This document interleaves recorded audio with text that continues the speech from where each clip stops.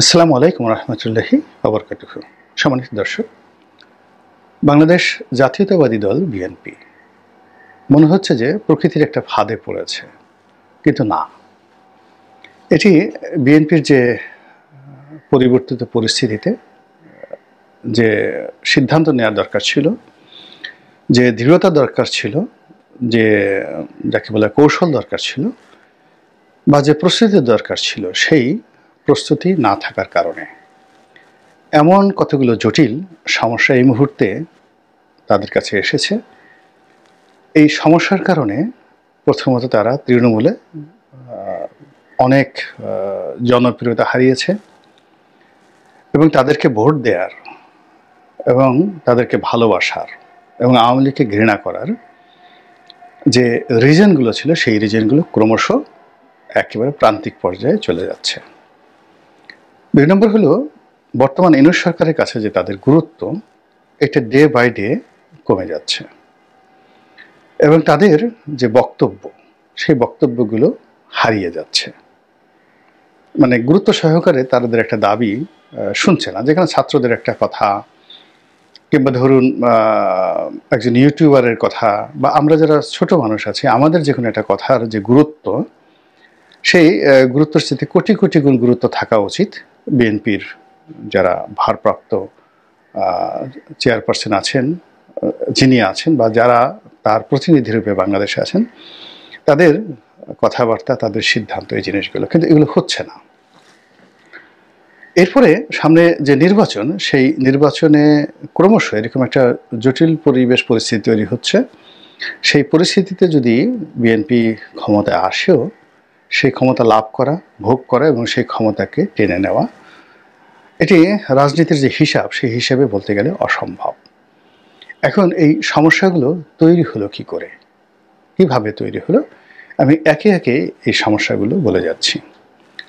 প্রথম সমস্যাটা হলো যে বিএনপির এখন যারা বাংলাদেশে রাজনৈতিক নেতৃত্ব আছেন, শীর্ষ নেতৃত্ব আছেন, তারা সবসময় একটা ত্রিমুখী চাপ।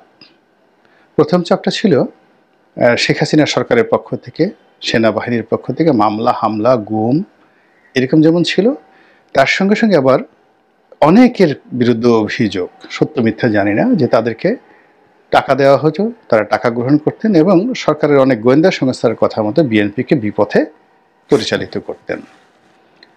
এরপরে এদের একটা বিরাট গ্রুপ বিএনপির, যারা বিগত দিনগুলোতে যথেষ্ট দুর্নীতি করেছেন, অন্যায় করেছেন, অবৈধ সম্পদ তারা অর্জন করেছেন। ফলে দুর্নীতি দমন কমিশন, বাংলাদেশ ব্যাংকের যে কেন্দ্রীয় গোয়েন্দা থেকে শুরু করে এনবিআর, জাতীয় রাজস্ব বোর্ড, এই জায়গাগুলোতে তাদের বিরুদ্ধে অসংখ্য মামলা, মোকদ্দমা এবং অভিযোগ থেকেছে এবং এইগুলোকে মোকাবেলা করার শক্তি সামর্থ্য তারা হারিয়ে ফেলেছে এবং তারা পুলিশের একজন ওসিকে দেখলে থরথর করে কাঁপত। তো এখন এই পরিবর্তিত পরিস্থিতিতে তারা হঠাৎ করে রয়্যাল বেঙ্গল টাইগার হওয়ার চেষ্টা করেছেন, কিন্তু এই লোকগুলোর যে চলাফেরা, ঘোরাফেরা, কথাবার্তা, এটা আমলাতান্ত্রিক মহলে যথেষ্ট নেতিবাচক একটা অবস্থা তৈরি করে ফেলেছে।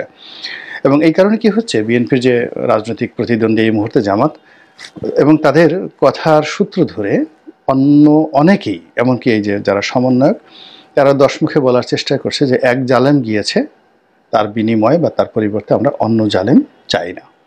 তো যখন আপনি আপনার মর্যাদা হারিয়ে ফেলবেন, সম্মান হারিয়ে ফেলবেন, রেপুটেশন, নেম অ্যান্ড ফেম হারিয়ে ফেলবেন, তখন আপনি কোনো অবস্থাতেই জনগণের বিশ্বাস এবং আস্থার জায়গায় যেতে পারবেন না। তো আওয়ামী লীগের প্রতি মানুষের ক্রোধ ছিল, ক্ষোভ ছিল। আওয়ামী লীগ চলে গেছে। বিএনপির প্রতি শুধুমাত্র বিএনপি যারা করেন তাদের সমর্থন আছে, কিন্তু সাধারণ মানুষের যে ভালোবাসা, শ্রদ্ধা এবং তাদেরকে শাসক হিসেবে পাওয়ার যে বাসনা, এটি গড়ে ওঠার সুযোগ হয়নি। আর এখন এটি মাইনাস পয়েন্টে চলে গেছে এই সারা বাংলাদেশের বিভিন্ন জায়গাতে বিভিন্ন রকম কর্মকাণ্ডের ফলে। এবং আপনারা সবাই জানেন, প্রান্তিক লেভেলে যারা আছেন। এরপর হলো যে এই সময়টিতে যেমন বেগম খালেদা জিয়া, তিনি অসুস্থ এবং তিনি এই সময়টাতে সরকারের পক্ষ থেকে বলা হচ্ছে তাকে বিদেশে পাঠানো হবে, কিন্তু তিনি যাচ্ছেন না। কেন যাচ্ছেন না, এটা নিয়েও কিন্তু অনেক কথাবার্তা হচ্ছে। আবার জনাব তারেক রহমান সাহেব তিনি এখন লন্ডনে আছেন, তিনি কেন আসছেন না এটি নিয়েও কিন্তু কথাবার্তা হচ্ছে। এখন দলের পক্ষ থেকে যত কথাই বলা হোক না কেন, কিন্তু যেখানে তার দলের লক্ষ লক্ষ নেতাকর্মী প্রতিদিন কোর্ট কাছারিতে হাজিরা দিচ্ছে, তারপরে ঝুঁকি নিচ্ছে, বাংলাদেশে বসে অনেক কিছু করছে, সেখানে সুপ্রিম লিডার হিসেবে তিনি সাহস দেখাবেন, নেতাদের চাইতেও বেশি ঝুঁকি নেবেন এবং পরিবর্তিত পরিস্থিতিতে সব কিছু নিয়ন্ত্রণ করবেন নিজ হাতে, এটা সবাই আশা করে। এখন বিএনপির ভিতরে কি আলোচনা হচ্ছে বা নিজেরা নিজেরা কি ভাবছে সেটা বড় কথা না, কিন্তু জনগণ এই সময়টিতে জনাব তারেক রহমান সাহেবের কাছ থেকে যে ধরনের বলিষ্ঠতা, সাহসিকতা দেখতে চাচ্ছেন বাস্তব ফিল্ডে, সেটা আসলে স্কাইপিতে বসে, দূরে বসে, বা উনি বিশাল একটা জনসমাবেশের মধ্যে বসে দেখা গেল যে স্ক্রিনে, টিভি স্ক্রিনে লন্ডনে থেকে বক্তব্য দিচ্ছেন, এটার আউটপুটটা আসলে ভালো হচ্ছে না। আউটপুটের দূর থেকে আদারওয়াইজ তার বক্তব্য প্রচার বন্ধ করতে হবে ওখান থেকে। এখানে মির্জা ফখরুল সাহেব যেভাবে বলতেছেন, রিজভী সাহেব যেভাবে বলতেছেন এভাবে, বা আমির খসরু মাহমুদ চৌধুরী সাহেব, মির্জা আব্বাস যেভাবে বলতেছেন, ইট ইজ ওয়েল আরাম। কিন্তু তারেক সাহেব যখন ওখান থেকে ওইভাবে বলছেন, তখন কোনো অবস্থাতেই এটা মানে এখানে যারা উপস্থিত তাদের উপস্থিতিটাকে ম্লান করে দিচ্ছে, আর ওনার যে গুরুত্ব সেই গুরুত্বটাও হালকা হয়ে যাচ্ছে, এবং এটাই বাস্তবতা। এটার বাইরে যদি কেউ বলে তারা শুধু তেল মারবে, এবং তেল মেরে আসলে বিএনপি কোনো লাভ হবে না এই মুহূর্তে। এরপরে যেটা হচ্ছে সেটা হলো who is the friend of mister Tarique Rahman. Tarique রহমানের ঘনিষ্ঠজন কারা বিএনপির মধ্যে, কারা তার রিপ্রেজেন্টেটিভ, যেমন বেগম খালেদা জিয়া বা শেখ হাসিনা, তাদের একটা মিনি ক্যাবিনেট ছিল, কিচেন ক্যাবিনেট ছিল। সেই ক্যাবিনেটের যারা লোকজন, তাদের চেহারা, সুরত, আকার, আকৃতি, এগুলোর উপরে কিন্তু নেতার যাকে বলা হয় শ্রেষ্ঠতা নির্ভর করে। বঙ্গবন্ধুর বা জিয়াউর রহমান সাহেবের যে কিচেন ক্যাবিনেট ছিল, তো তার উপরে নির্ভর করে যে নেতা কত বড়। এখন বেগম খালেদা জিয়ার সম্পর্কে আপনি যাই বলেন না কেন, কিন্তু তার সিলেকশন কে ছিল? সাইফুর রহমান সাহেব। তার সিলেকশন ছিল খন্দকার মোশাররফ সাহেব, তার সিলেকশন ছিল এম কে আনোয়ার, তার সিলেকশন ছিল আব্দুল সালাম তালুকদার। এইরকম যে মানুষগুলো যে সিলেকশন ছিল, ফলে কি হলো যে এই মানুষের মধ্যে যখন তিনি সেই বড় চেয়ারটাতে বসতেন, সেটা সভানেত্রী হিসেবে, চেয়ারপারসন হিসেবে কিংবা প্রধানমন্ত্রী হিসেবে, এবং তার সামনে যখন এরকম কর্নেল অলির মতো লোক থাকতেন, মেজর হাফিজের মতো লোক থাকতেন, আলতাফ হোসেন চৌধুরীর মতো লোক থাকতেন, তাদেরকে দেখলেই মনে হতো যেহেতু তাদের নেতা, ওই নেতা বড়। কিন্তু আপনি বড় একটা সিংহকে বসিয়ে দিলেন একটা বড় চেয়ারে, আর সিংহর চারপাশে এখানে একটা ইঁদুর, ওখানে একটা বিড়াল, ওখানে একটা তেলাপোকা, ওখানে একটা টিকটিকি, এরকম বসিয়ে দিয়ে আপনি যতই বলেন না কেন ওটা সিংহ সিংহ সিংহ, কেউ আপনাকে বিশ্বাস করবে না যে সিংহ।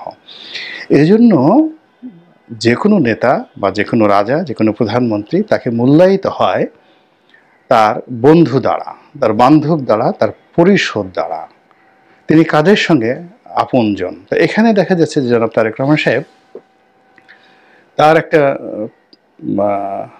যাকে বলে দলের সিনিয়রদেরকে নিয়ে তিনি যে নীতি নির্ধারণী, তার একটা কমিটি আছে।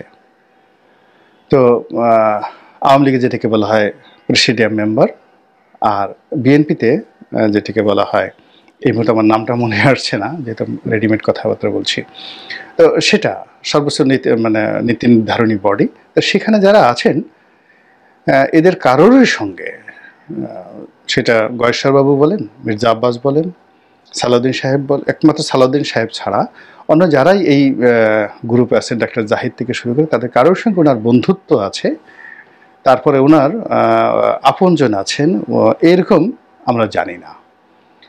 আবার দলের সেন্ট্রাল কমিটিতে রাজপথে যারা খুবই আকর্ষণীয়, যাদের বক্তব্য শুনলে মানুষ খুব আন্দোলিত হয়, তো তাদের সঙ্গে তার যে বন্ধুত্ব আছে বা সম্পর্ক আছে, বা তারা একে অপরের জন্য হরিহর আত্মা, একমাত্র শহীদউদ্দিন চৌধুরী আনি সাহেব ছাড়া এই মুহূর্তে অন্য কারো নাম আমরা জানি না।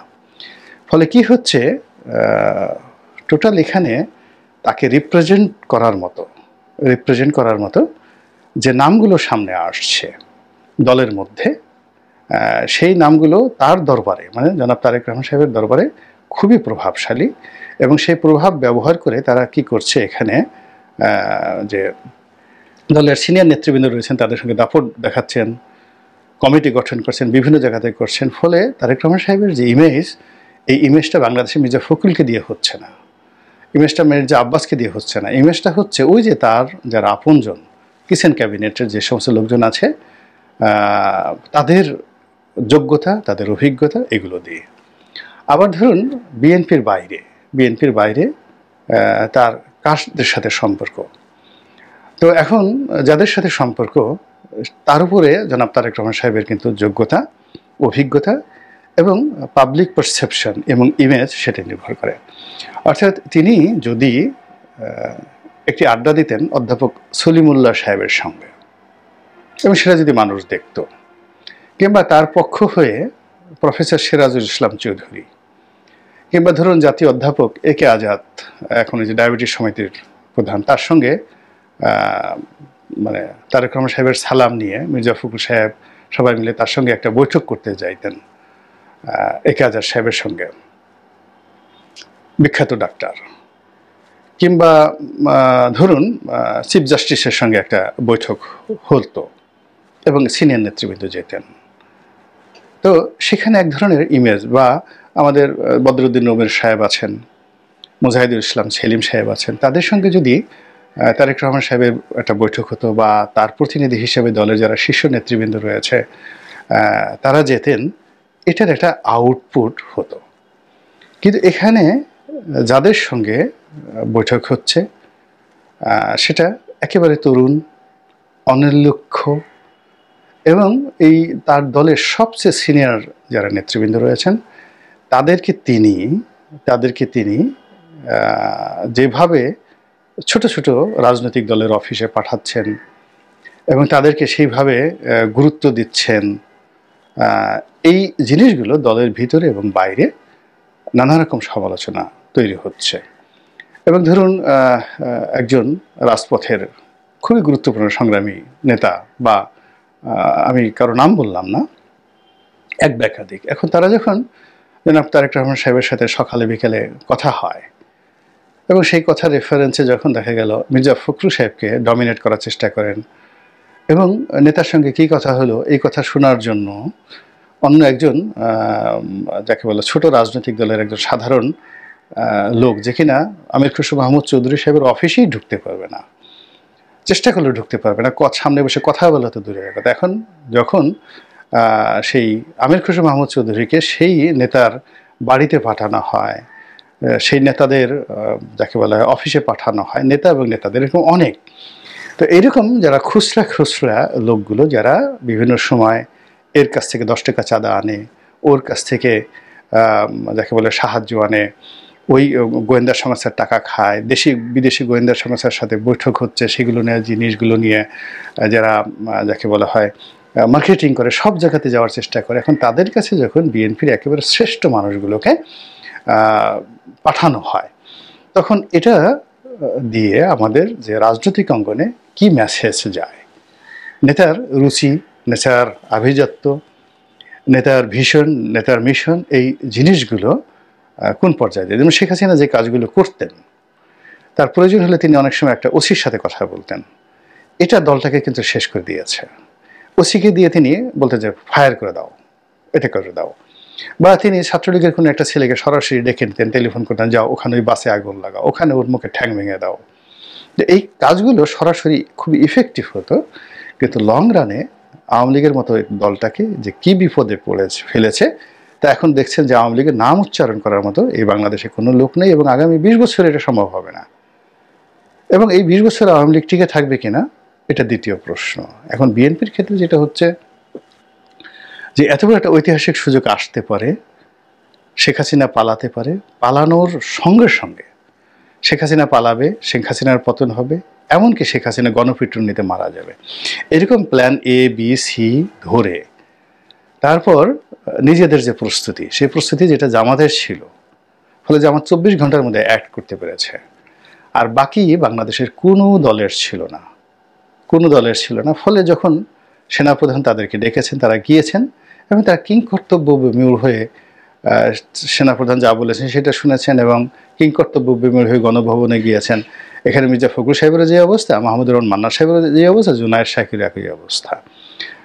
কিন্তু ওখানে গিয়ে শুধু বসে 1 মিনিটের মধ্যে যাদের প্রস্তুতি ছিল, যেমন আসিফ নজরুল সাহেবের প্রস্তুতি ছিল, তারপরে ওই যে সমন্বয়কারী মাস্টার মাইন্ড তাদের প্রস্তুতি ছিল, তারপরে জামায়াত ইসলামের প্রস্তুতি ছিল, তারা কিন্তু 24 ঘন্টার মধ্যে যা করার তারা কিন্তু করে ফেলেছে এবং টিল নাও এখন পর্যন্ত তারা তাদের সেই গতিটা অব্যাহত রেখেছে, একটু বিচ্যুত হয়নি। কিন্তু বিএনপি সেই কাজটা তারা করতে পারেনি, না করে তারা উল্টো বিভিন্ন রকম ফাঁদের মধ্যে পড়ে গিয়েছে। এখন দেখা গেল যে সচিবালয়ের যারা বিএনপিপন্থী কর্মকর্তা ছিল, দল করেছে, আওয়ামী লীগের পা চেটেছে, চাকরি বাঁচানোর জন্য আওয়ামী লীগের বাপ ডেকেছে, অল অন এ সাডেন সেই লোকগুলোকে বড় বড় পদে বসানোর জন্য বিএনপি সর্বশক্তি নিয়োগ করেছে। হয়তো 10% সফল হয়েছে, 90% সফল হয়নি, কিন্তু সচিবালয় পুরোটাই বিক্ষুব্ধ হয়ে গেছে। পুলিশে একই অবস্থা। এই যে পুলিশের যে সকল সাবেক পুলিশ কর্তা বা এখানে বঞ্চিত অবস্থায় ছিল পুলিশ কর্মকর্তা, যাদেরকে গত 20 বছরে মানে 2006 থেকে এই পর্যন্ত 1 পয়সার উপকার হয়নি বিএনপির, সেই লোকগুলোকে দেখা গেল যে এই 3 মাসের মধ্যে 100 দিনের মধ্যে এমন ক্ষমতা দেওয়া হয়েছে, তারা এরে নিয়োগ দিচ্ছে, ওরে বোধ দিচ্ছে, ওরে থাপ্পড় দিচ্ছে, ওরে এই কাজ করছে, এখান থেকে টাকা নিচ্ছে, ওখান থেকে কাজ করছে। পুরো বাহিনীর মধ্যে তাদের সফলতা, তারা যে কাজ করতে চেয়েছে হয়তো 10%, বাকি 90% তারা ফিল করেছে, কিন্তু লায়াবিলিটি তৈরি হয়েছে 100%। এইভাবে ব্যবসা বাণিজ্য, চাঁদাবাজি, দখল, ট্রেড ইউনিয়ন, তারপরে শেষে আওয়ামী লীগের দুর্বৃত্তদেরকে আশ্রয় দেওয়া থেকে শুরু করে আরও অনেক কিছু, এগুলো মূলত ফাঁদ। ইট ওয়াজ এ ট্র্যাপ। এটা এই যে যারা এই আন্দোলনের মাস্টার মাইন্ড, তারা ইচ্ছে করে কিন্তু এই ট্র্যাপটা করেছে, বিএনপির জন্য করেছে, এবং বিএনপি ইচ্ছাই হোক অনিচ্ছাই হোক, বুঝে হোক না বুঝে হোক, এই ট্র্যাপে পা দিয়েছে, ফাঁদে পা দিয়েছে। এখন এই যে মানে ফাঁদের যে সুতো বা সুইচ, এটা ধরে যখন টান দেয়া হবে এবং খুব দ্রুতই টান দেওয়া হবে, টান দিলে বলেন তো কারা কারা ধরা পড়বে? আর যারা যারা ধরা পড়বে, এমনিই তো এই লোকগুলো 20 বছর ধরে বঞ্চিত, সেই 111 থেকে এখন পর্যন্ত বঞ্চিত। তার উপর যদি আর একটা চাপ আসে, ন্যূনতম চাপ আসে, বিশ্বাস করেন কাপড় চোপড় নষ্ট করে ফেলবে, অন্য কোনো দিকে তাকানোরও সুযোগ তাদের হবে না। এখন এই যে কথাগুলো আমি বলতে পারছি, আপনি বুঝছেন কিন্তু বলতে পারছেন, এই হলো পার্থক্য। আল্লাহ আমাদের সবাইকে হেদায়েত দান করুন এবং হেফাজত করুন। আসসালামু আলাইকুম ওয়া রাহমাতুল্লাহি ওয়া বারাকাতুহু।